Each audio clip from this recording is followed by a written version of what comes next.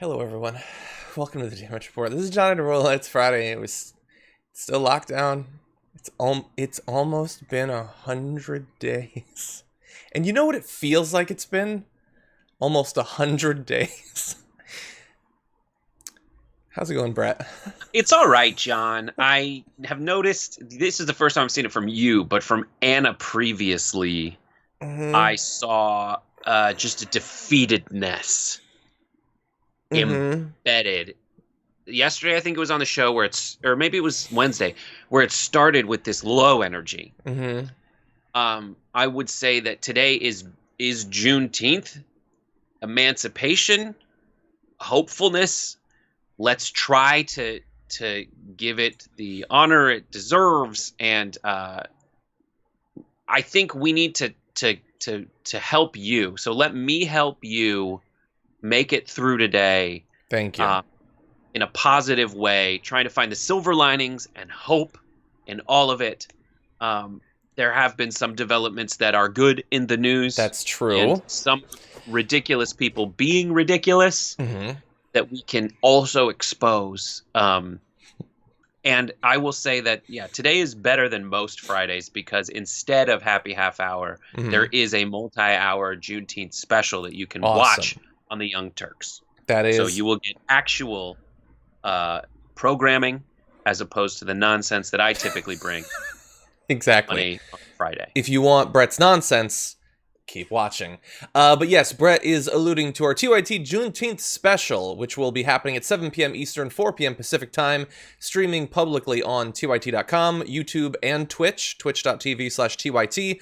And there you'll see Cenk Uygur joined by Ida Rodriguez, Alonzo Bowden, Benjamin Dixon, Adrian Lawrence, J.R. Jackson, and Jason Carter. It's like the biggest panel ever, and it should be an awesome special. So definitely tune into that. Brett, you're right. There is a little bit of good news. What passes for good news that we're going to talk about. And if you bring even 20% the positivity that you just said that you would, then we're going to be okay. And of course, we'll be closing out the episode with garbage people, which should be fun. I've got my garbage ready right here to toss into the can. Everyone who has already joined us in the chat room, thank you very much for being here. Please hit the like button, share the stream, all of that. You can tweet it, you can TikTok it. I don't know. Maybe like have it say like TDR's live on Twitch and YouTube and like you pointed it. That's what they do, right? Do that. That would be helpful. And with that, Brett, why don't we jump into this packed show, starting off with breaking news. Breaking news, after more than 3 months of people calling for really anything approaching even something like justice in the tragic killing of Breonna Taylor, we have found out that this morning, Louisville Mayor Greg Fisher says that Brett Hankison, one of the police officers involved in that shooting, has been fired. And that's good news. But it's one of the cops has been fired, and that's it. And it took 3 months of nation. I know, Brett. It seems crazy at this point. Like, it's breaking news and it's good news, and so we're saying it, but it took almost 100 days of nationwide protest to get one cop fired. Just 1/3 of half of what I asked for And they're happened. exactly, and they're So I'm initiating the choked up, firing. as you can see. No, obviously we're choked up because it's incredibly serious. Yeah, I mean, I'm assuming at this point that people know the details of the case, but she's a 26-year-old black woman who was killed while doing absolutely nothing wrong in her own home as a result of a no-knock warrant that never should have been initiated in the first place. But that's the good news. It seems weird. I will say this. I'm a little shocked that this happened because I read the incident report, and I can't believe they have enough to fire this guy because according to the incident report that they wrote, nothing happened. So Yeah, that's going to be a tough one to back. I just go by the evidence that's produced by unbiased sources within police departments, and it's just strange that they're able to do it. Here's my favorite quote about what has happened from Fisher, who is let me see, Mayor Greg Fisher of the Louisville metro area. mm-hmm. He said, unfortunately, due to a provision in state law that I would very much like to see changed, both the chief and I are precluded from talking about what brought us to this moment or even the timing of this decision. So it's also like a, a sad testament, but I want to be hopeful today. So it is a testament to the movement itself. It's sad that it takes this many people this long to get this little. But Yeah. it's also like he can't even talk about why or how he got there. But that's one law going against justice in this case. And it took him this long, and he can't talk about it. And an incident report that is empty, but they fired a guy. Mm-hmm. Like and the reason for it is because of people out in the streets rightfully pointing out that this should never have happened. And this is the guy that, quote, blindly shot 10 rounds. And that's what they mentioned when they fired him. Exactly. And yeah, like they say, we can't talk about what led us to this decision. I'm imagining there's some context from around the country. But again, 3 months. And that incident report where her injuries were listed as none, no injuries. Someone should be fired over that. What is that? How do you submit that and think... Well, the entire country is laser focused on what we're doing and not doing in this case, so it should be fine that we're going to list her as not being injured after we shot her multiple times. Yeah. Insane. I mean, right now, I'm just going back to, like, we're paying for this. Like, we paid for this. And if there's one thing I think that Republicans can get behind, it's stop wasting my tax dollars on terrible, terrible government waste. And that's what this aspect of the police department is. They paid someone to make that report that had nothing in it. I mean, all the other obvious issues aside, but like at the very least, can you come around with me on that? We paid for someone to go into go into the house where this woman was just sleeping, not tell anyone who you are, by law, not having to do that, not knocking and just shooting. Yeah. Come on. Absolutely insane. Well, that's the breaking news. We'll see what else comes. I can say that based on my viewing of social media, the reaction has been what you would expect. That seriously, this is what you're giving people. One cop has been fired after 3 months of drawing a salary while not having to work, and others are still out there and literally nothing has happened. I always think of like The Wire, where they're like, "You're gonna have to take the fall. Sorry, you're gonna have to take this one." Maybe, but man, imagine sitting in a room. Let's say that is the plan, thinking that'll work. Anyway. Okay, with that, why don't we turn to what we had planned to be our first topic today. Today is Juneteenth, and because, for a combination of reasons, many Americans still don't know much about this holiday, and because of the context of the protests that are going around the country, there's a chance that this might be the breakthrough moment where more predominantly white Americans will finally learn what this holiday is about. And I'm particularly calling out the president, who apparently had no idea what it was as of about 72 hours ago. We thought we would just go over a little bit of information about this holiday and some of what's being done in regard to it this year. So Juneteenth, also known as Emancipation Day, Black Independence Day, or Jubilee Day, celebrates the end of slavery after the Civil War, although President Abraham Lincoln's Emancipation Proclamation had legally accomplished that within the Confederacy more than 2 years earlier. It was on June 19th, 1865, that Major General Gordon Granger arrived in Galveston, Texas, and announced the end of the Civil War and of slavery. So it's marking the end, but it's also drawing focus to the fact that even once all of this had been done, it still persisted. It was still clung because people were so desperate to maintain this barbaric system that it took multiple years for it to actually be ended in fact, let alone all of what happened basically at the exact same time to basically create slavery anew in a new form. But basically it marks that. And despite the fact that, that was a very long time ago, it began as a Texas holiday in 1980. It is now recognized by 47 states and the District of Columbia as a state holiday or observance, and is marking its 155th anniversary this year. But it's still not taught in most schools, nor is the event a federal holiday, despite decades of pushing from activists. And one would imagine that if you were to think about philosophically what national federal holidays are for, sort of commemorating important events, hypothetically, the ending of slavery seems like it more than meets that criteria. But John, you would have to be proud of it That's true. to celebrate it. And I don't think there are a lot of people, particularly in certain regions of the country, who are happy that that happened. So it would be tough for them to celebrate it. That's true. But let's just give people the day off, man. Give them the day off, and that is the kind of incentivization for people to appreciate and enjoy something that's needed. I mean, that's why I love Christmas as a Hebrew. I love Christmas because they always gave me 2 weeks off. So maybe that's the kind of positive Pavlovian reinforcement that we need to give racists, to be like, well, at least you get the day off. Well, yes, fine. These are jokes, also, John. I understand that. Hypothetically, let's also learn about it. Let's take it as a moment to acknowledge the formal, or I guess the effective end of slavery, but also to talk about and teach and make sure that people understand what slavery is actually like, especially as we are in the midst of a multi-decades-long effort by the right to sort of rewrite what slavery was, why it existed, why whites fought to maintain it, what the relationship between slaves and those who brutalized them actually were.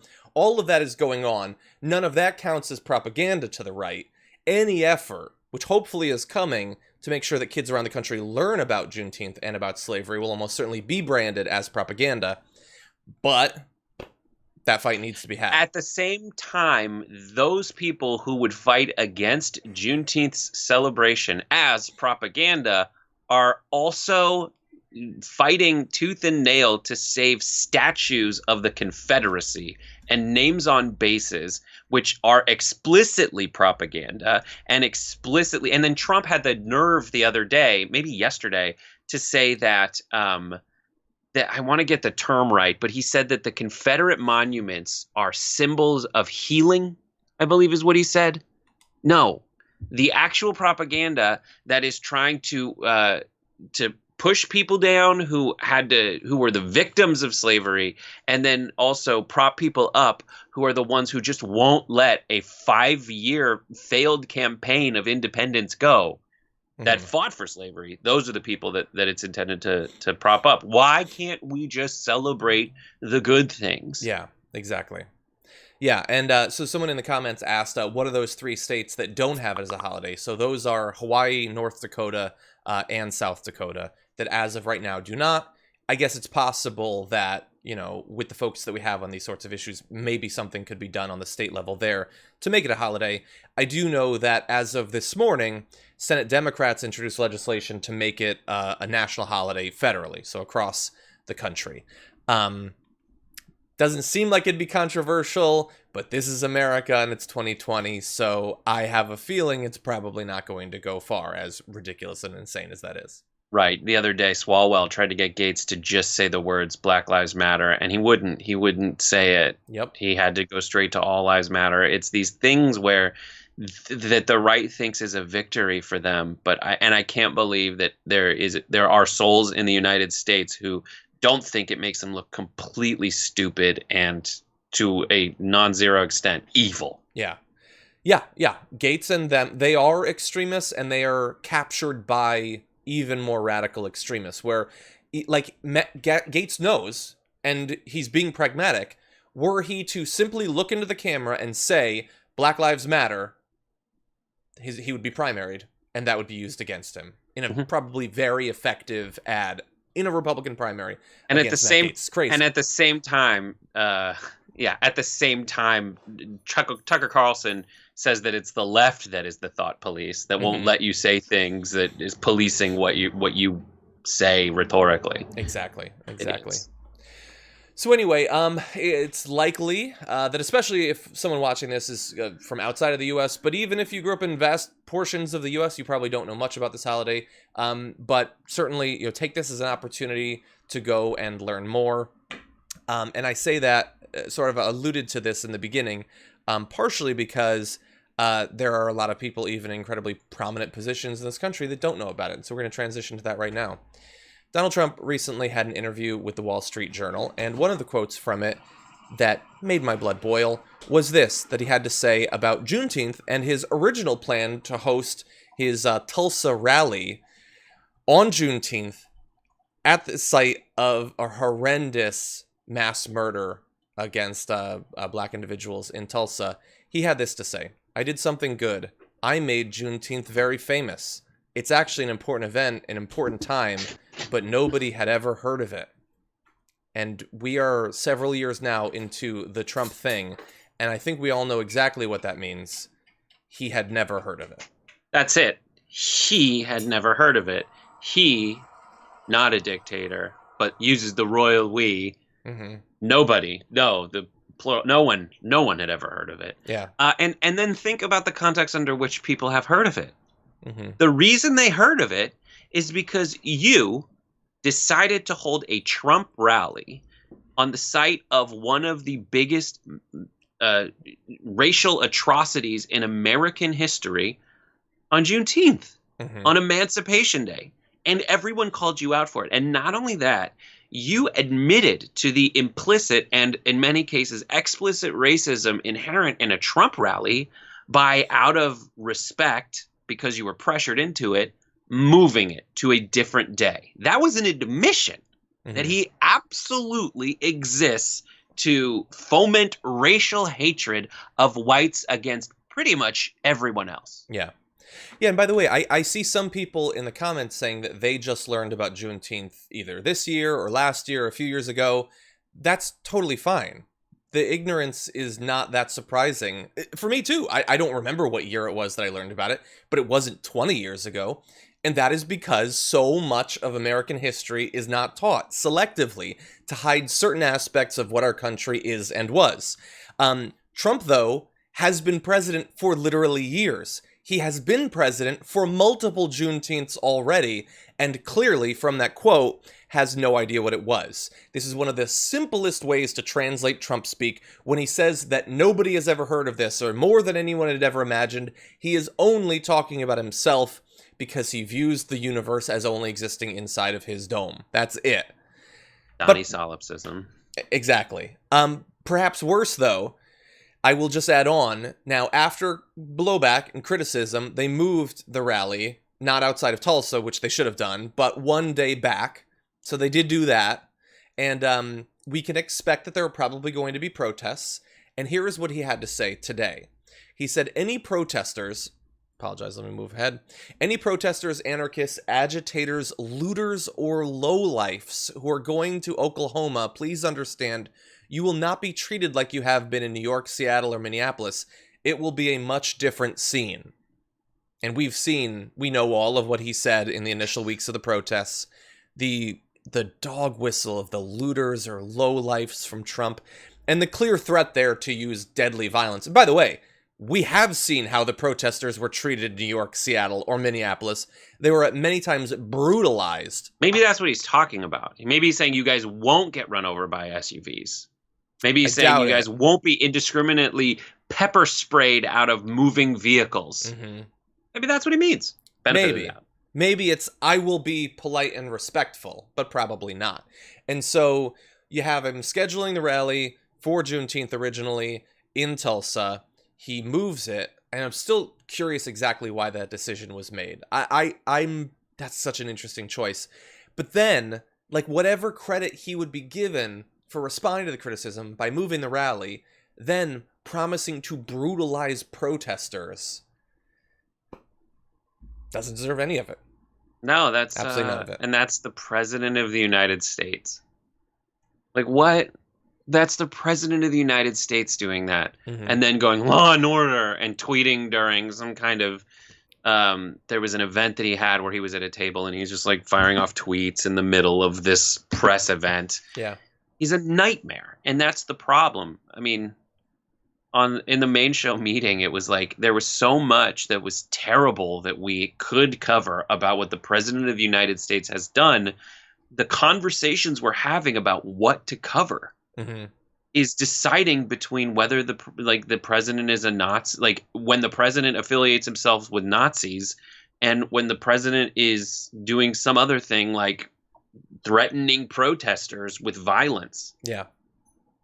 Yeah, the process of choosing stories has become absolute madness. Like, yeah, I know you're alluding to the Nazi symbol in the ad thing, right? Yeah, so we didn't end up talking about that, but we could have, and like maybe should have. I mean, the entire thing of trying to put together a rundown now is like, to what extent is putting a spotlight on the clear calls to neo-Nazis, white supremacists, domestic terrorists, all of that. To what extent is it doing their job of making sure that all of them know about it versus how can we just stand by and let this continue and not say anything about it? Yeah. On this show, it's like, do I have to debunk this, or is it too obvious? Yeah. Yeah. It's rough. It's so stupid. And like yesterday, it was like we listed so many things in Bolton's book that were terrible about Donald Trump we didn't even mention. And we're probably going to say it today, but like Trump's like, yeah, build concentration camps for Uyghurs, for Muslims. Do it. Yeah, Go ahead, do it. We did talk about that on TDR yesterday. Because how can you not? Even though, again, like the source... Sorry, there were 15 other horrible things. 100%. And one of the horrible things is we're in a position where things are so bad in America in 2020 that our best hope is that John Bolton gives us an inside look at this insane regime. Yep. Okay, let's take a moment out to take a look at some of what's going on in the super chat. Lauren says, super chat for Brett nearly making John puke. I did that before the show. That's weird. There's no way you could have known about that. I can't believe how many psychics you have on the show. You mute the mics. It is. Real Ninja Jesus says oral hygiene for the win with a big smiley face. How did you know? I was flossing. No, and not the dance that almost got the common room shut down. They can see little specks on the camera lens. Flank steak. Kelly says, "I love you guys." Thank you, Kelly. Feisty Fan says, "Damage report keeps me sane, even in moments like the one Brett and John are having right now, where I want to say, before you move on, I'm watching the Twitch chat. John's not.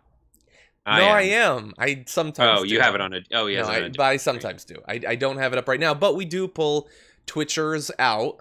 For instance, Fairy Cat over at the Twitch says, I knew a little bit about Juneteenth. They have like 2 sentences on it in Canadian history texts as it pertains to the formal ending of slavery in Canada. Wish they taught me more about it. Exactly. But that's more than... I went through American schools. I don't know if Juneteenth was ever mentioned in elementary school. I don't know if it was. I will say this is the one thing extra about Twitch. We have badges. My wife has set up a lot for the channel. We have badges. Good. We have emotes for subs. We got a cheers emote. We're working on some John ones that should be ready by today. Oh, yeah?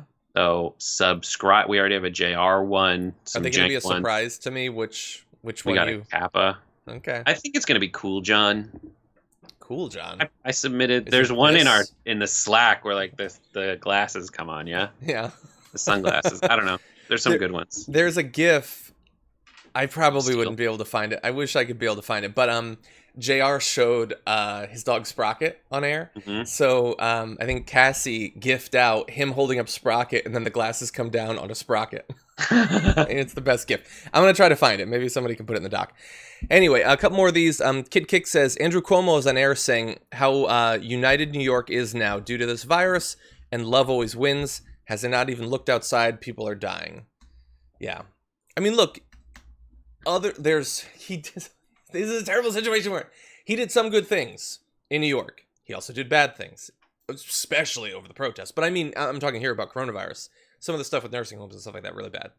He did some good stuff, though. That's the best we got. Some good stuff.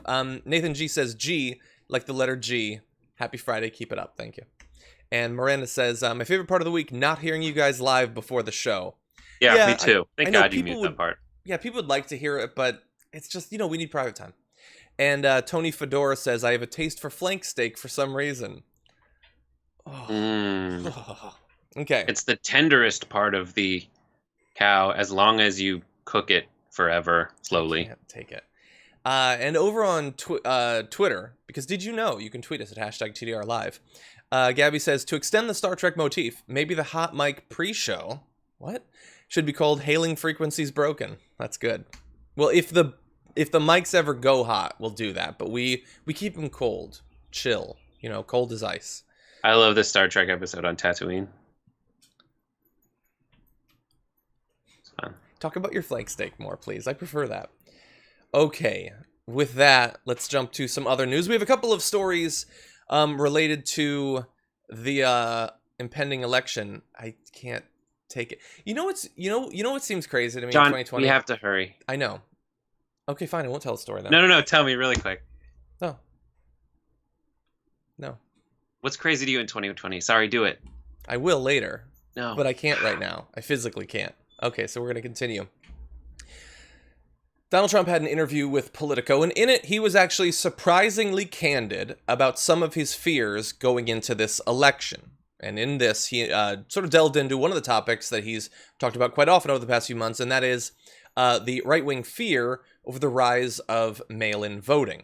With Trump saying, "My biggest risk is that we don't win lawsuits," and there he's referring to lawsuits to try to stop mail-in voting from happening or expanding. He says, "We have many lawsuits going all over, and if we don't win those lawsuits, I think it puts the election at risk." Now, Trump was asked a two-part question during the interview. The first part, would a substantial amount of mail-in voting, which is widely expected because of coronavirus, cause him to question the legitimacy of the election? And would he accept the results no matter what? To that, he said, "Well, you can never answer the second question, right? Because Hillary kept talking about she's going to accept, and she never accepted it. You know, she lost too. She lost good." Of course, Clinton conceded the day after the 2016 election, accepting it instantaneously.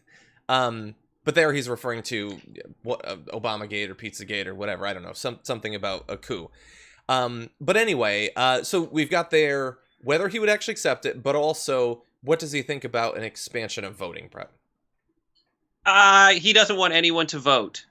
Mm-hmm. He has admitted just as much by saying it on Fox and Friends, if Democrats were able to vote, then you'd never see a Republican win another election. He doesn't want people to vote. It is very obvious that he is trying all things at all times without any strategy, and that's worked well for him. Mm-hmm. He just wants to kick up as much dust and confusion, and then he sets up shop in the fog of nonsense. Mm-hmm. You know, and that's this, yeah. Well, and that's the thing. He needs the fog of nonsense. And that's why when he says things that seem definitive, I always want to just tell people to pump the brakes a little bit. Because you just saw his response there to would he accept it? And he's implying that no, there are some circumstances under which he would not accept it. Which is why, like a week ago, when he said to Harris Faulkner, certainly if I don't win, I don't win. If you don't win, you go on, you do other things. And everyone's like, he said it. He'll accept the election results. And I'm like, yeah, and he also accepted the coronavirus death counts until he didn't. Yeah. And he doesn't have to be consistent. He can change it. He could say, my name is and never was Donald Trump. It's never been Donald Trump. And all of his fans would be like, yeah. His name's Javier Bardem. I know. It's whatever he says it is. It doesn't matter. But that's it. But that is the key, man. That's the key that unlocks decoding Donald Trump. You said one thing is when it's a way to translate. If he says no one ever knew that, it just means he didn't know it. Mm-hmm. But the only thing he wants is to be talked about and in a position of power. He just wants to be the most famous, most powerful person in the world. And that's what drives everyone. And that's the same decoder ring that unlocks his supporters, because you and I want things to make sense. And mm-hmm. and they don't care about that. They just want to be in control. And they will do anything at any time to ensure that they have control. And that's why they hate movements like Black Lives Matter, because it seeks to create equality. Mm-hmm. And equality would create a situation that was fair.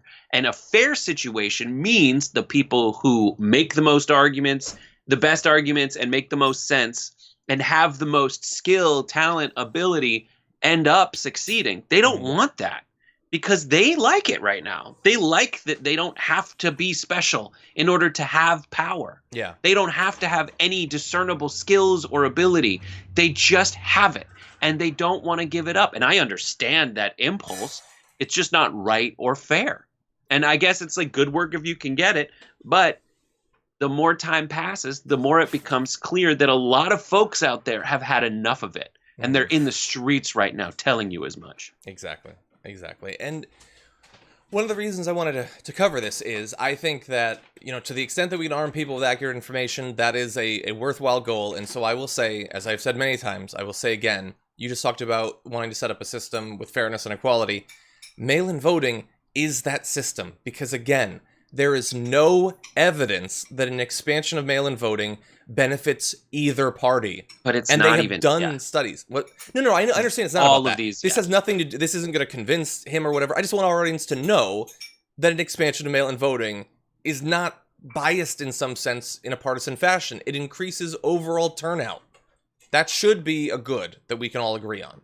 I would say, and this is, I don't have anything to back this up, but it's just everything I've ever studied about voting is the more ways and times there are to vote, yes, it does.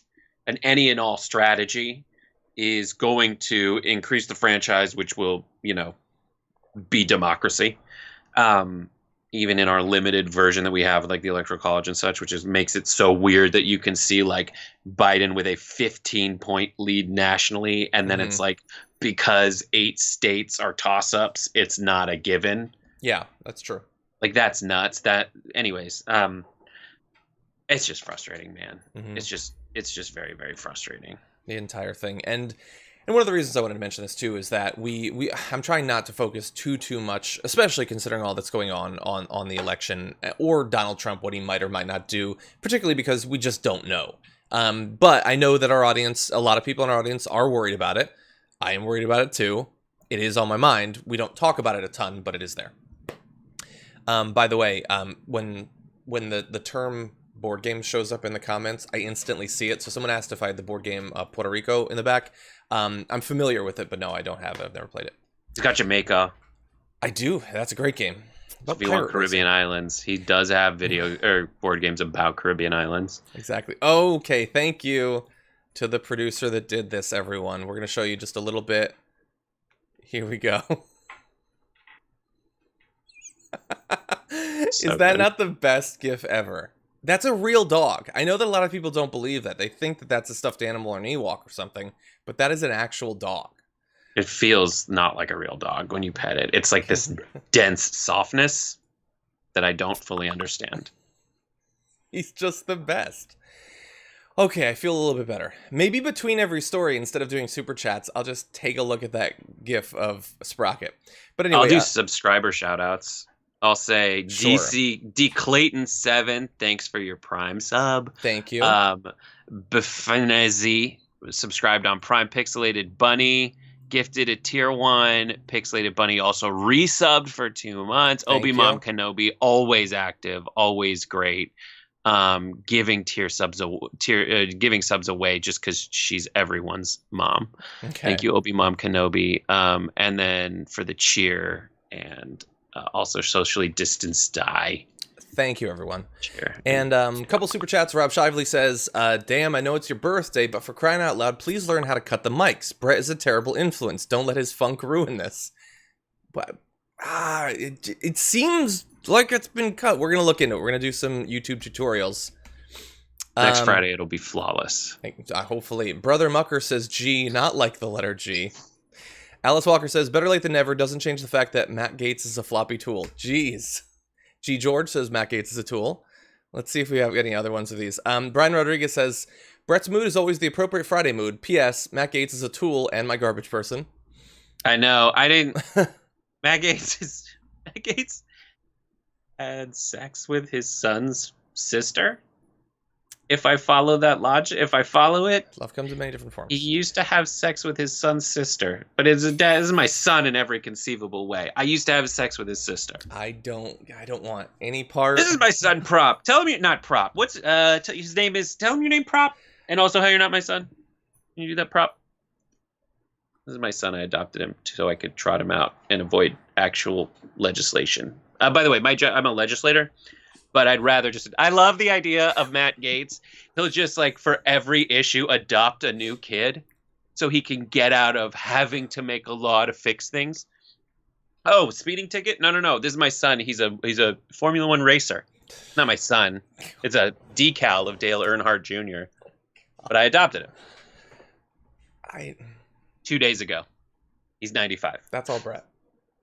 That's him. Anyway, Dave Pickett says, why is Matt Gaetz in my tool shed? Let's see. James Bishop says, cannot wait to see John and Brett's garbage peeps. Matt Gaetz the tool. AJ XTYT reporter gifted a sub. Awesome. Oh, thank you. Very nice of you. Oh my God. There are a lot of super chats. We're going to do our best as we continue to catch up on those. And I see that people are tweeting us photos of their dogs. Thank you very much. But there is a lot more news, so let's roll on to it. In case you had briefly been able to forget, not have front and center in your mind that 2020 is the absolute worst time, take a look at this video that the President of the United States, the most singularly powerful individual on our planet, tweeted this.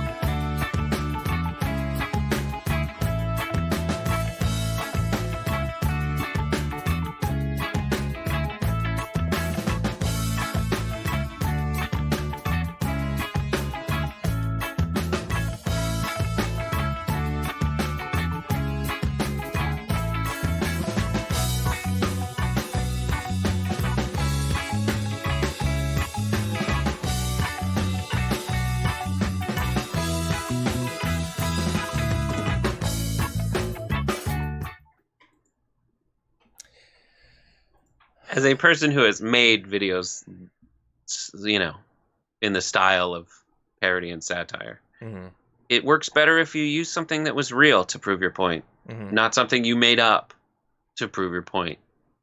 You know, use actual clips in their original context to underscore an argument, not a fake, misspelled lower third toddler non-CNN video to make your point, which is a bad point and poorly timed, as I'm sure you'll get into.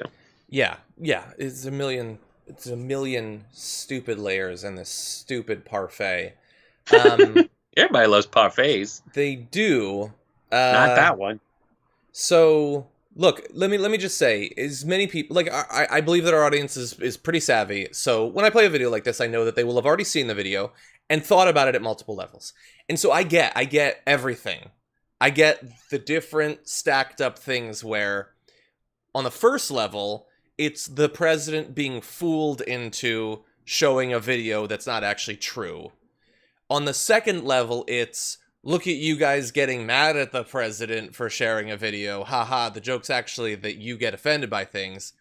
The third level is that he's attacking fake news, but also it is fake news that he's spreading, with the layer on top of that being they will post something so obviously fake that it will be the only thing that can rise to the level of Twitter flagging it, so that they can then complain about it being flagged, even though what they posted was manipulated. So my only response is, what I think the only reasonable response is, screw literally everything about the world that we live in. Because I just hate all of it. Especially when all of the people, including the moron who made the video, the idiot who tweeted the video, all of them believe that secretly, even though they have to pretend for comedic reasons to be morons, they believe that secretly they're more intelligent than us, more logical than us, more serious than us. That video, and Trump tweeting it, is the Republican populist strategy. What Republicanism actually is white supremacy and passing tax cuts. But this is what they actually have. This is the Michael Knowles and the Ben Shapiros and the Dave Rubins and all of that. It's encapsulated in this moronic incident. And I don't know if this is just me, but I don't think it is just me. Before this video of a white person running behind a black person, tweeted by Donald Trump, mentioned by Donald Trump. The previous video involving Donald Trump's thoughts on a video of a white person running after a black person was Rayshard Brooks. And Donald Trump himself characterized what was happening in that video to put the blame on Rayshard Brooks for getting killed. So most recently, the closest thing to that to the fakeifying a actual video is Donald Trump. Mm-hmm. He was the one who most recently did something like that. And it just makes me absolutely sick that we're going to have on Juneteenth probably 25 tweets from Donald Trump that are going to go counter to what Juneteenth sought to was evidence of having accomplished. Mm-hmm. And that's what's sick. It's so sick and it's so stupid. The entire thing is so, like, I guess, I mean, look, I guess on some level I understand that America has literally never been two sides in disagreement, but intellectually honest and serious, and not acting in bad faith, letting their ideas do battle for them. That's never been the case. But I really do believe that we've never been farther from that than we are right now, where it's all BS. Literally everything. It's like George Carlin said. It's all BS and it's bad for you. That's all that American politics is. And by the way, here's one of the things that makes me the most angry about this entire thing. So he tweets that video. I don't care which level you're currently analyzing it at in the BS meter. But anyway, it's made up. They know that it's made up. So Twitter flags it. And when they flag it, what that means is that below the video, there's a little blue thing that says manipulated video. Doesn't stop you from seeing it, doesn't stop you from watching it. It's just that little thing. And as of when I clipped this out, when I took the shot of it, right here, it had 198,000 retweets. This absolute BS. And again, I don't care what level of BS a person understands it to be. They're all BS. But they're throwing a fit about what they consider to be censorship of this tweet when it's not censorship. Mm-hmm. There's no censored sign. There's nothing preventing this from getting anywhere. Meanwhile, the President of the United States is simultaneously suing his niece for writing a book. Yeah. And using the full force of the Justice Department of the United States of America to stop a book from coming out. Yep. To actually censor a book, which itself has already been censored by the government to force it to omit certain things it deems classified unequivocally for convenience and face-saving sake.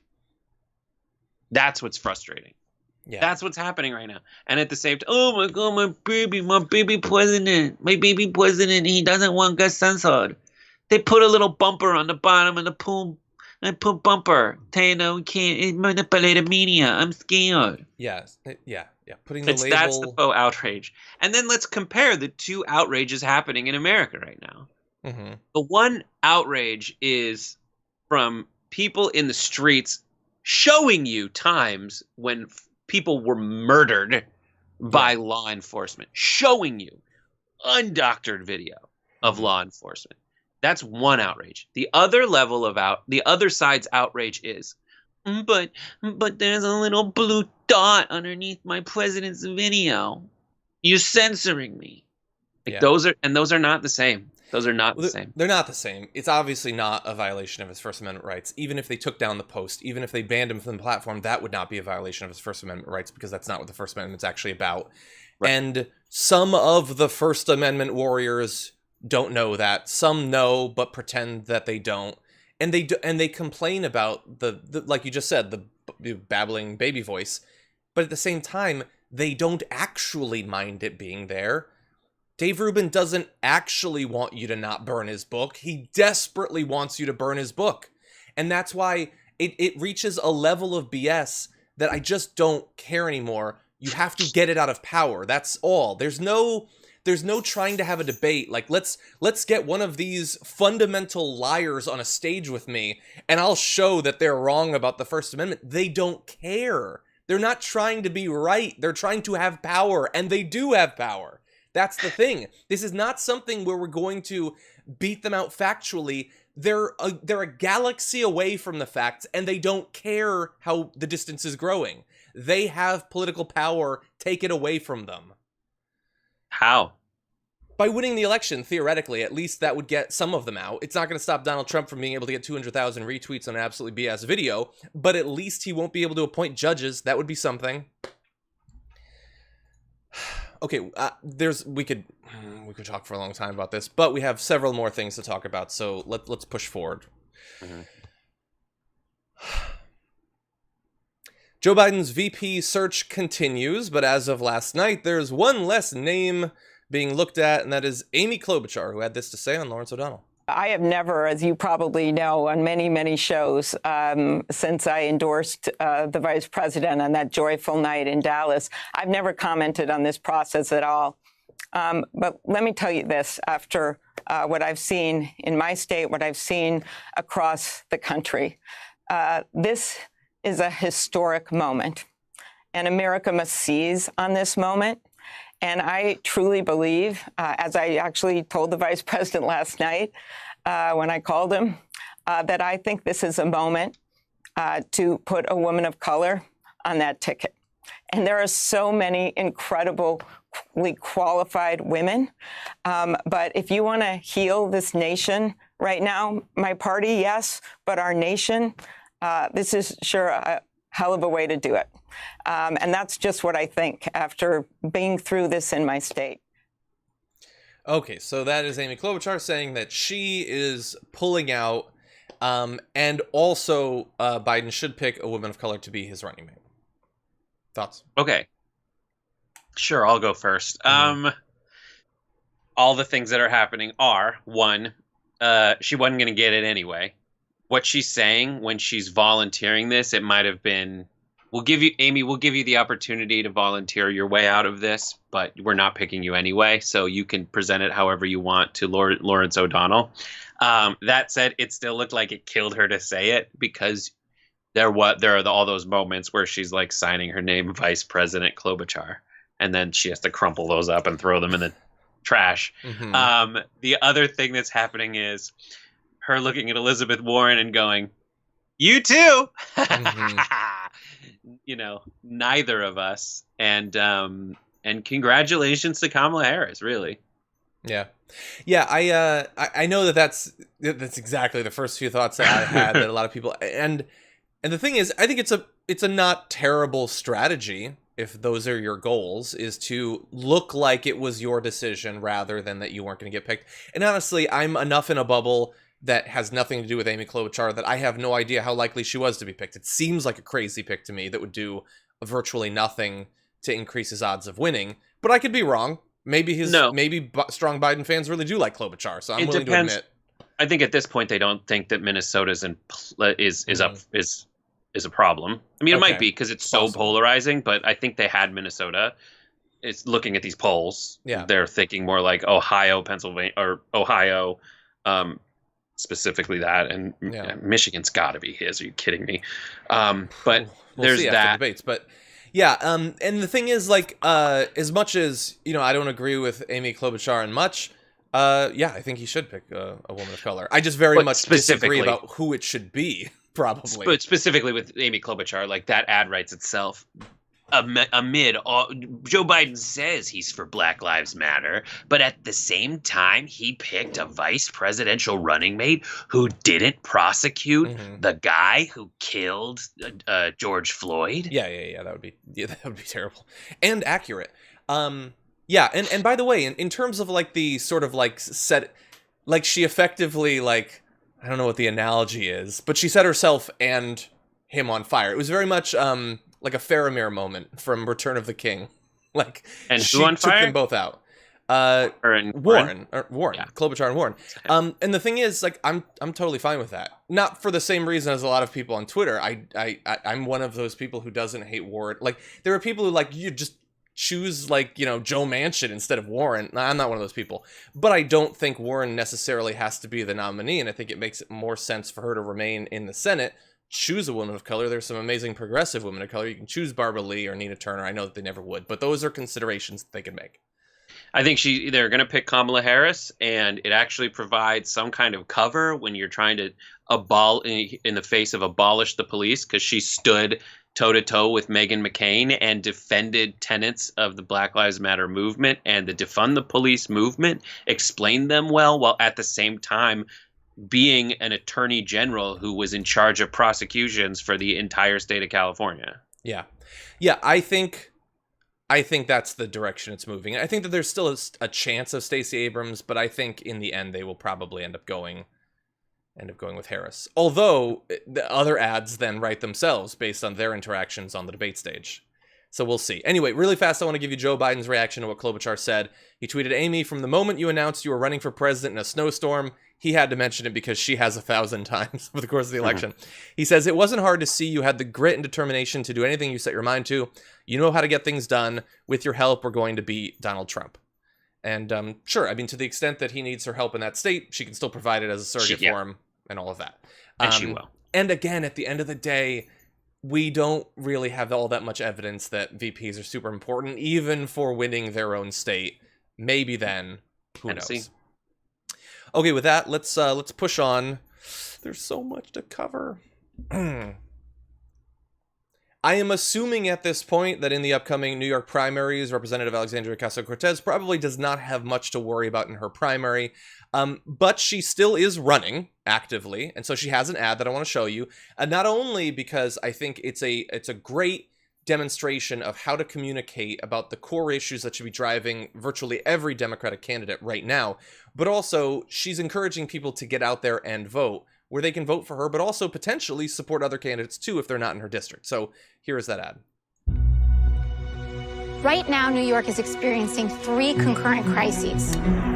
Crisis of health with COVID-19, the economic crisis of mass unemployment, and the crisis of racism in our systems of law enforcement. The crisis in New York reaching a critical mass. All 3 of these crises has something crucial in common. They haven't presented us new problems, but they've set on fire existing ones. But what if these broken systems weren't built to last in the first place? What if a better world is possible?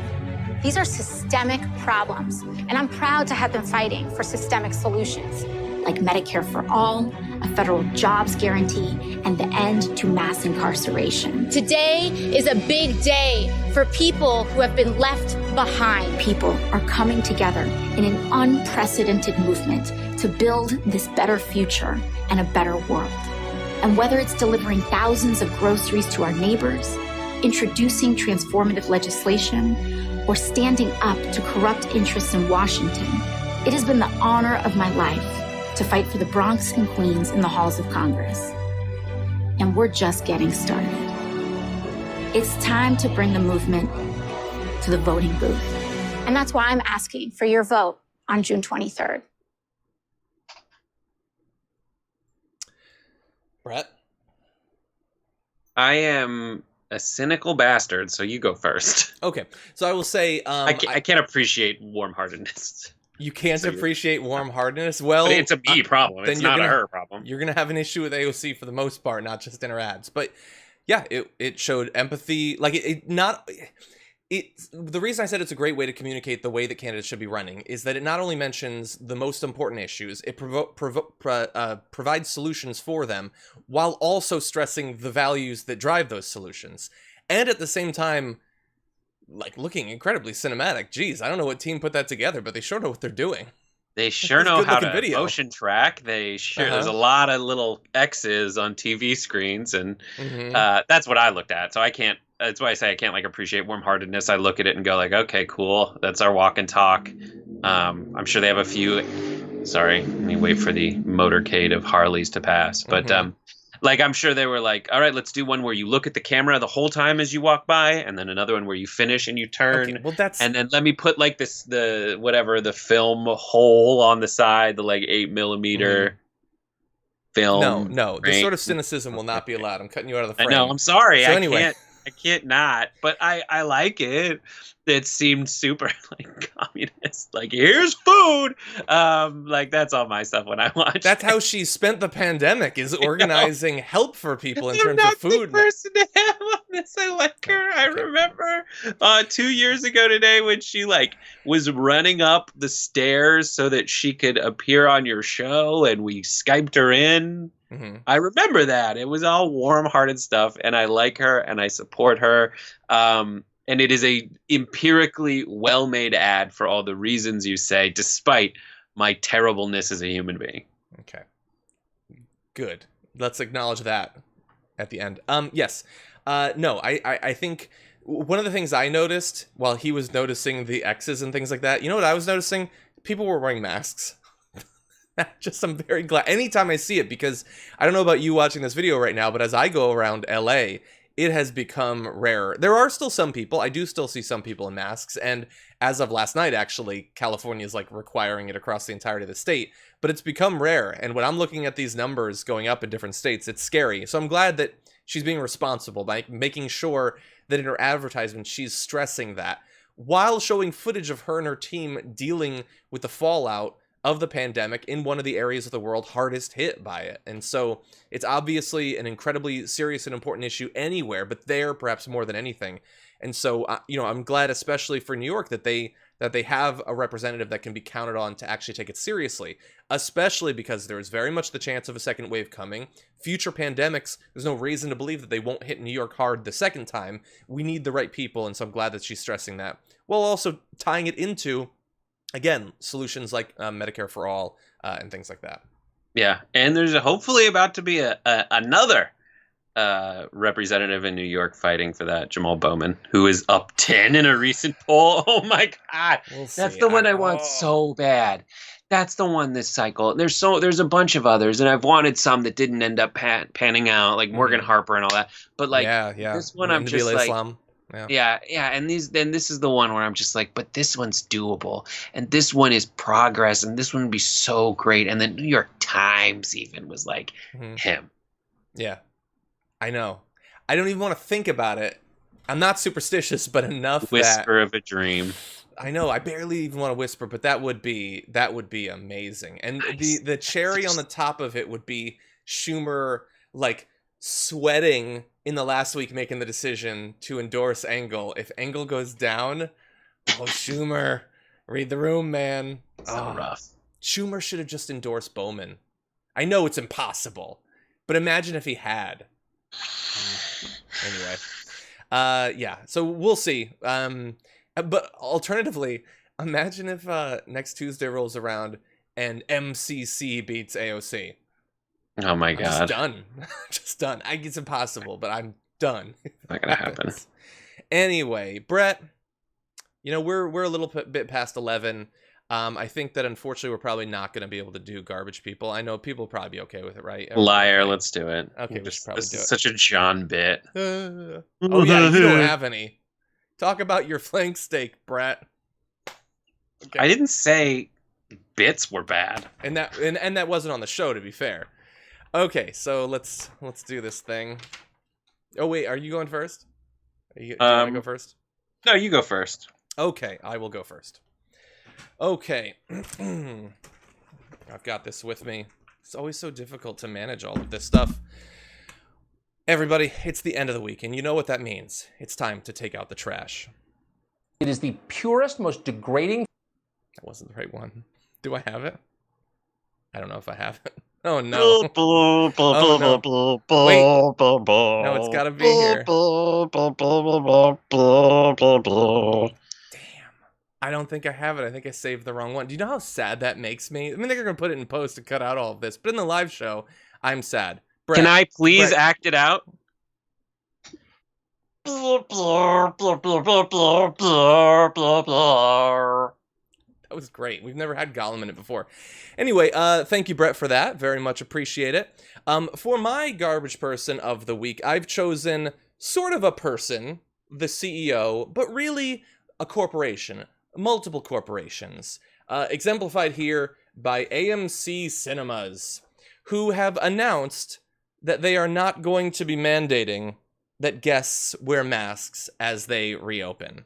So I'm going to just throw them right here, and then I'll explain. AMC, it won't be just them, so hold on a second. But yeah, they're not going to be requiring guests to wear masks, although employees will be required to.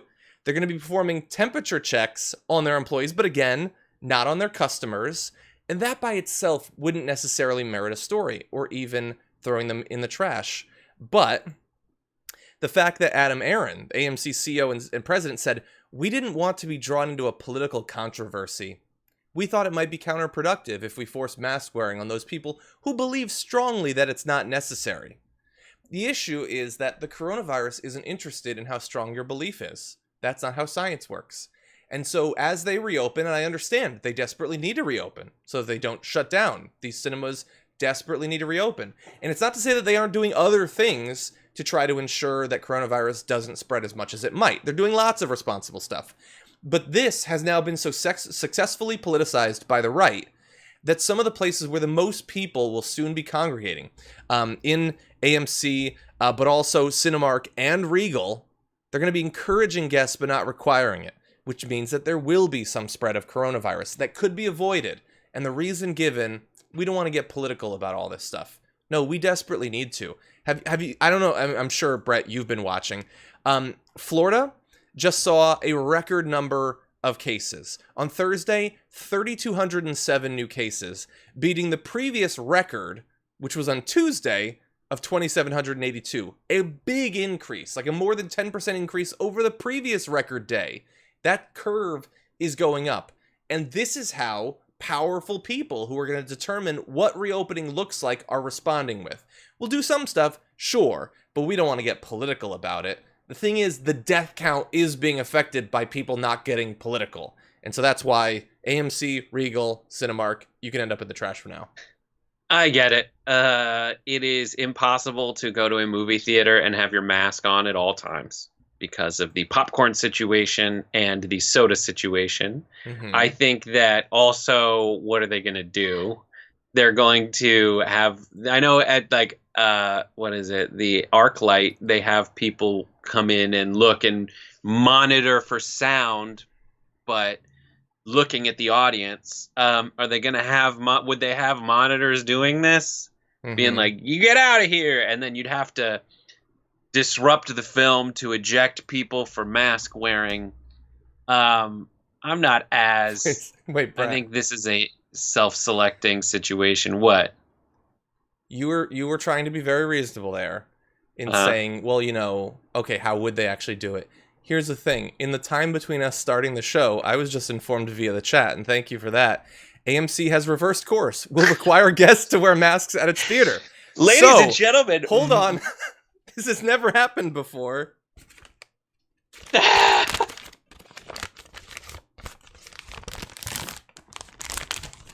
Okay. AMC, thank you. Are you not reasonable? And am I not merciful? And how effective is Damage Report that it actually single-handedly got AMC to reverse course? But I can't wait. Hold on, Brett. That's a good point because it took literally seconds. So, Joe Biden, your lack of support for Medicare for All is landing you in the trash. Our lines are open. Oh my Biden. God, I'm seeing it here. Anyway, okay, well, that's good news. Emotes of Jenks whoa with sunglasses on. Anyways, all right. Well, Brett, how about you? Socially distanced, die cheered. Yeah, movies are super important. Eye rolls. My favorite person, I'm so happy you haven't done it yet, is Deborah Baber. Oh, no. Deborah Baber, a.k.a. Ventura County Karen. For those of you not familiar, I am of Ventura County. And Deborah Baber went to the Board of Supervisors meeting in Ventura so that she could protest this evil use of masks. And here's how it went. Okay, let's see this. I protest face coverings. I am a healthy American. I used to be free. I am not a terrorist. I am not Antifa. I am not a sex slave that wears masks. I am not into sadomasochism and bondage. Prove it. Prove it. Prove it. Prove. Have you seen that yet, John? I've never seen that. That's insane. I am not a burglar. I am not Spider-Man. She literally, the next line in that is, "I am not a burglar." I'm not even kidding. That's what I'm saying. Yeah. Oh yeah. It is so thoroughly amazing that she's just like, "I'm not into sadomasochism." Well, those people do it on purpose. Like, they're not being forced to do it. Mm-hmm. And we're trying to help you. Are you saying that, like, surgeons are Antifa? Like, I don't follow your logic here, Karen. But my favorite is when she's like, "I am not into sadomasochism." We don't have evidence of that. We're gonna have to see it. By the way, I love that she had like 6 things, and it was, "I am not a terrorist, tap, tap, tap. I am not Antifa, tap, tap, tap." The next one was, "I am not a burqa wearer," but she didn't say that one. I think she even felt, that seems a little bit offensive. I'm not going to focus on that. I'm going to move to the sadomasochism Yeah, thing. let's do the weird sex stuff. Somehow my creep dar is going off. Oh my God, I have not seen that. Thank you, Brett. Wait, there's more. There's John. more? The Okay. next one. Let's watch the next one where she lets freedom ring. I am a proud Trump Republican, yearning to be free again. Who are you? Victim or victor? Shame on all of you. Let liberty ring. God bless America, land that I love. Thanks, Brett. I hate it. That's So not only that, but she sings as much of the song as she can. She gets the words wrong at some point. She goes, and it's fun to watch. You can watch Happy Half Hour or Made Show yesterday about that. But it's like she starts singing from the ocean to the prairie, and it's supposed to be from the mountain to the prairie, but she already dropped ocean, so she can't use ocean where it's supposed to. So the next thing she says, "To the mountains white with foam." And who brought the foam to the mountains? Someone check on these mountains. What happened to the mountains? They're foaming.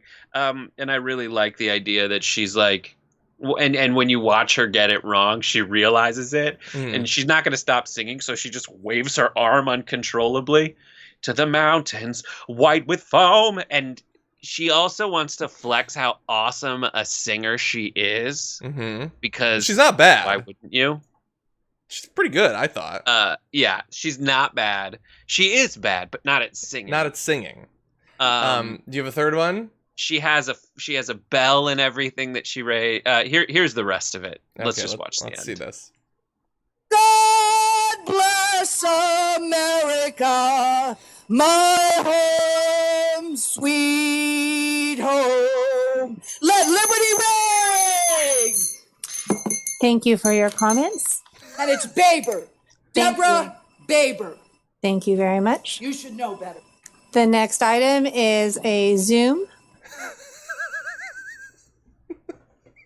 It's perfect in every way. First of all, how should I know better? The only way I should know better is if you've been here a bunch of times. And it's even better if that woman does know better, but insists on saying it's Deborah Bieber. Here's Deborah Bieber.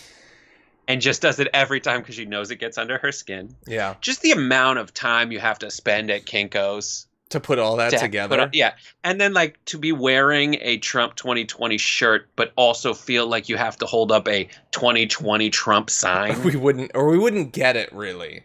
Oh, I get it. You're a Trump Republican. I think the greatest tragedy is that this woman could have had a great time and a great career in pageantry in general, but it's been co-opted now into this Trump thing, unfortunately. But she loves the performance. Go do a musical. Dude, the best part of all of it, though, is the next item is a Zoom. That is sad for these just times. Like the nonstop, and you assume that like the next person is gonna be the Zoom who goes, "Suck on my and choke on it." Exactly. I yield my time. You like anyway, this is discourse in America. By the way, Eric Blair put in a comment saying, "I am not a cowboy driving the cattle in a dust storm." Because they would presumably wear a mask as well. Anyway, yeah, that was a great one, Brett. Good job. Man, the thing is, I bet there's people like that at so many of these meetings. Because those people need a forum, and they can't be stopped from going to that one. Mm-hmm. Anyway, okay. And she's from my hometown, by the way. You should interview her, honestly. We should have her on the show. If Cenk had won his election, she'd be a constituent. Oh my God. Okay, why don't we see community garbage person of the week? We've got formerly AMC, now replaced by Joe Biden. We'll give you an update on if he switches on Medicare for All as a result of TDR coverage. We have your pageant woman. And then, let's see, we asked the TDR community to vote. We asked just earlier today, because producer Angel forgot to post it, which actually makes her my garbage person of the week. But anyway, in the limited amount of time, we still got 4,000 votes. And those responsible for the recent lynchings across 4 states got 62% of the vote, which is, I believe, the highest percentage I've ever seen for one choice. Now, of course, we don't know the details on all of these, but it is an incredibly suspicious string of events across multiple states. And we also have Trump in second at 23%, the MAGA cult and people defending racist statues at 8%, Mitch McConnell, always a popular choice, at 4%, and Mr. White Blessing evangelical pastor Louis Giglio at 3%. I'm not actually familiar with that story. Do you know that? He's the one who said it's in an attempt to rebrand white privilege in a way that he thought was acceptable to both white people and black people. He was like, I like to think of it as a white blessing. It's a blessing. Slavery was a blessing. Because when he's talking to like a black guy and he thinks he's really like, this guy knows what I'm talking about. If we just call slavery a blessing, it'll make everything okay. It did not. You should not try to call slavery a blessing. No, you should not. Ever. I don't understand any of that. Maybe if they went to Kinko's and like mapped it out, maybe I'd get, I don't know. Anyway, Brett, thank you as always. What's going on with Happy Half Hour? When are people going to be able to see it? I'm not actually sure. We shot one this week, but the Juneteenth special is happening, and I suggest everyone use any effort that they would have otherwise spent to watch Happy Half Hour on watching our Juneteenth special today. I agree. I agree. What the hell, John? That's my show. Yeah, well, okay, they'll get to it eventually. No, but the Juneteenth special is starting today, 7 p.m. Eastern Time, 4 p.m. Pacific Time, streaming publicly at tyt.com, on YouTube and Twitch. You can watch it at all those different locations, featuring Cenk Uygur, Ida Rodriguez, Alonzo Bowden, Benjamin Dixon, Adrian Lawrence, J.R. Jackson, and Jason Carter. So definitely tune into that. Brett, as always, thank you. Started off a little bit rough, but we got through it. Thank you. Yes, thank you very much, John. Talk to you Always soon. a pleasure. Bye. You're the best. Stay safe out there. And everyone at home, we're going to read through some of the super chats. We are way over, so I don't know what percentage we can get through, but I'm going to try. And first, I will show you, because the producers have been filling the document with awesome stuff. If you already missed it, here is Sprocket. And we also have my dog, Hilo. That's like the cutest Hilo ever. Right there. And then I'm not sure why, but here's Brett. I don't know what that's about. I don't know any more than you do, but yeah, that's what we got. Okay, so in terms of super chats, Nixie says, morning, gentlemen. You always make my day better. The fight for awareness and better quality of life is real. Thank you for leading the charge. Thank you. Bradley Slaughter says, I couldn't imagine how much you have to deal with, but know that this is the best show on air and I share it all the time. I wish I was in lockdown still. It's scary here in Florida. Thank you, Bradley. And as I alluded to at the end of the show, the case numbers over the past week in Florida have been terrifying, breaking records. So definitely be careful, especially because people like that pageant woman are out there. Lauren says, it's Friday and Juneteenth, and my 2 biggest crushes are hosting. Count the wins. Thank you, Lauren. I appreciate that. AJ says, Greg Fisher is a tool. It's spreading. Christopher says, what the actual F? Did you see Matt Gaetz on the floor of the House yesterday? He's a dull-edged rock or club, a Cro-Mag tool at best. He has set out a goal for himself to be the worst, and he is exceeding those expectations every day. Jessica says, have you all watched 13th? I would recommend it to anyone wanting to know more about why emancipation was not enough. Few years old, but I learned something new every time I watch it. Thanks, guys. Thank you, Jessica, for the suggestion and the super chat. Connie Peterson, thank you. Wait a second. Locke says, sadly, a lot of the systemic brainwashing. Okay, hold on. We've got some massive spam going on. Let me just nip that in the bud. Okay. Sorry, the struggle to have our chat room actually be usable continues. Apologies for that. Doing my best. There's apparently a good bit of it. Not sure exactly why it's getting through when it's obviously spam. Don't know if that took care of it. Isn't the internet a grand place, everyone? It's just the best. I love it. Anyway, hopefully that worked for now. Okay, so Locke says, sadly, a lot of the systemic brainwashing is in religion who's ready to have that conversation. Thank you. Miss Given says, $5 to reiterate that Matt Gaetz is a racist, ridiculous tool. Love you guys. Thanks for all you do. Thank you. Tony Nash says, tell viewers to check out The Daily Show with Kimberly Jones and the Procter & Gamble videos on YouTube. We just did together, Tony. Thank you. Laura says, just because good gets redeemed from that which is intended for evil, you don't get to claim you did good when you act badly. I think that's a general principle, and thank you. Chubtoad says, my senior year of high school in 1991 in Texas, we had black students walk out for Juneteenth. That was when I learned about it. Great. That's awesome. Dana Kramer says, John and Brett, the U.S. only celebrates dead soldiers. We don't celebrate actual freedom. Thank you, Dana. Miranda says, people also didn't know Lincoln was a Republican. Really? I feel like most people are taught that, but thank you. Kid Kick says, what's the difference between a bullet and a gun? When a bullet kills someone, you know it's been fired. I think that's between a bullet and a police officer, that joke, but thank you. David says, learned about this in grade school, 60s and into the 70s, then it disappeared. Well, we know a little bit about what was happening politically during that time in the Republican Party. House says, in 2010, a big-ass Confederate flag hung on the wall of my U.S. history classroom in a Texas exemplary school. Lost cause rhetoric is still being taught. My whole family is still in the All Lives camp. Geez. Well, thank you, House. Nappy-Headed Nose says, for the last 10 years or so, my family has been celebrating Juneteenth in place of July 4th. That's an upgrade. Thank you. Tyler says, no knock has no place in the civilian world. Police are not behind enemy lines in enemy territory. They're in my neighborhood and yours, treating it like an active war zone. Thank you, Tyler. I don't know if you all saw that MREPs being like debuted for some police department in a town of 8,000 people. Insane. Kurt says, now I want to go to OK to protest. I'm sure a lot will. Roderick says, I learned about Juneteenth in 1982 while serving time in prison, where I was also introduced to Kwanzaa from the Muslim population I served time with. I love TDR and TYT. Keep up the great work. Thank you, Roderick. I appreciate that. Matt says, Matt Gaetz is the genie that appears when you rub a can of Monster Energy. That's good. Purple Bunny Girl says, I didn't know about Juneteenth until the Trump thing, but that's not a good thing for him. Those circumstances just add more hatred for him from me. Exactly. Thank you. Ben says, December 18th, the 13th was officialized, but that's Xmas week. Thank you. Kurt says, I wonder if I fed Trump vegan, he'd bust a gasket like my 73 Chevy did when I put clean oil in it. Let's try it. Hey. Let's keep it clean, everybody. Thank you. Spanky says, as a carnivore, I support flank steak. Eating a ribeye right now. Also, thank you for all you guys do. So that is the audience in a nutshell. We had back-to-back tweets pushing a carnivore flank steak lifestyle right after a vegan tweet. Thank you. Adam says, hey guys, thanks for keeping us sane every day. Also, please tell Brittany she's cute. Brittany, I don't know you, but Adam thinks you're cute. Thank you. Koranik says, Governor Burgum signed an order on 17th June making Juneteenth a holiday in North Dakota and making it the slightly less racist Dakota for a moment. Your move, South Dakota. Interesting. I did not know that. As of 2 days ago, apparently it's down to 2 states. Well, thank you. Hawaii and the other Dakota, it's your turn.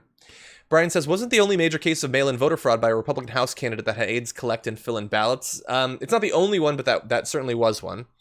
Laura says, Donald Trump said he wants a third term in an interview with Don Trump Jr. I tried not to pay much attention to that. Donna says, you too are my Jon Stewart. Thank you so much. That's very nice of you, Donna. Thank you. Ginger says, this super chat is a tip for Sprocket. Thank you. Kurt says, Brett, still not vegan. Matt Gaetz, still a tool. Brett and I are not vegan, unfortunately. Shannon says, Matt Gaetz can't be a tool. Tools are useful. LMAO. Thank you. Dream of Chaos says, ULWA closed West Coast ports today, Juneteenth. Yes, I actually, I tweeted out an article about that. That's fascinating, the collective effort that required. Jared says, I love how they use that clip to show that fake news is bad, but instead proves that racism is learned, not inherent to humanity. Good point. Kurt says, need new video using that clip of Trump hugging the flag with voiceover of him saying, we can never win again if they vote, as the flag turns into a rebel, then Nazi flag, then protesters and Buffalo cops.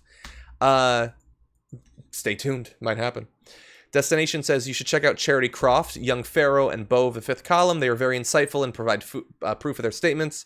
Thank you, Destination. The issue, and I think that's a reference to what I was talking about, was the back and forth between the left and the right, is that, look, I obviously value people on my side, or anyone that actually provides evidence for what they say. I try to do that myself. My point is that does not matter in the same way as it used to, because the other side is not trying to win an argument on the facts or with logic. They will use those terms, but they don't care. It is all a sideshow to what their representatives are doing in power. They engage in these little fights in media, but they don't care about winning that. First of all, their audience likes them no matter how buffoonish they are. They don't have to win to have the audience. But they're getting what they want in the courts and in legislation while all of that is going on. That's why the debates can be interesting. If people enjoy them, they enjoy them. But they don't serve the same purpose that they hypothetically or philosophically should. For me. Name Withheld says, Trump's stupidity is now declared highly classified, therefore no one can report on it anymore. Exactly. Andrew says, happy to catch the end of the stream live. Thanks. Thank you. And thank you to Manish Ida as well, who says, thanks for being you. Thank you. I appreciate that. Lauren says, I'm holding out hope that Biden slips on a banana peel or that the protests extend to the DNC. Again, let's not anything wishing ill will on anyone, but thank you. And I agree with you. I'm still not over Bernie. Dan says, my mountain message will be made public, and it just was. Thank you. Dale says, sadly in Texas, Abbott still hasn't made wearing masks a statewide rule, but Dallas County extended the ordinance until late fall. Mask requirements vary from county to county. That's a great point. And you will probably in the end see less coronavirus in Dallas as a result of that. I'm actually surprised that Dallas did that. Feisty Fan says, super chat for Golem Brett. Thank you. Or for Gollum Brett. Purple Bunny Girl says, change the garbage person theme to always be Brett. Maybe we'll just play that video in the future. Kurt says, Brett, you really do suck. Leave AOC alone. Exactly. Troy says, I concur to leave AOC alone, but Brett doesn't suck. No, he does. Feisty says, I'm from Ventura County. Exactly. There are some good people there. Zane says, Brett, lady lives in Simi Valley. My wife grew up with her. Wow. Jay says, lol, love the reversal on garbage person. Oh, and Matt is a tool. Thank you. Thank you, Mendicant Bias. Ian says, can we send Brett a bottle? I would tweet him. Probably. Thank you. Nikki says, my father-in-law was one of those Confederate statues or history people, but I convinced him that they belong in museums using facts from TDR and TYT. Thank you. That's awesome, Nikki. Miranda says, killing me, John. I know you probably won't get to this, but everyone knows Lincoln is a Republican. I was quoting Trump. Love you. Okay, good point. Good point, yes. Every fact is new to him, both because he hasn't learned much over the course of his life and also because his brain is, a cup with a bunch of holes in it. It just goes in and immediately flows out. But thank you, and Lost Boy as well. Let's see. Jess Ortega over on Twitter at #TDR Live says, I finally got through to my mother this morning about damn finding and specifics. She's been a blue lives, etc., thumper, and I've almost shattered my teeth from gritting my mouth shut. #enough is enough, and I couldn't take it, and she thanked me. Well, that's great news, Jess. Let's see. Izzy sent in another #TDR Pets, an adorable dog. Very cute. Always want to end the week with some animals. Anyway, we are massively over, so I have to go. But thank you, everyone, who stay tuned for the entire show. I'm going to be doing an interview later today with David K. Johnson. That will be available on the channel as well. All of our interviews are not live, by the way, so you're definitely going to want to check the channel to see those. Hit the bell to get alerts when videos are posted so that you don't miss anything. And also, definitely stay tuned. 7 p.m. Eastern, 4 p.m. Pacific for our Juneteenth special coming up later today. Thank you, everybody. Hope you have a good weekend, and stay safe out there.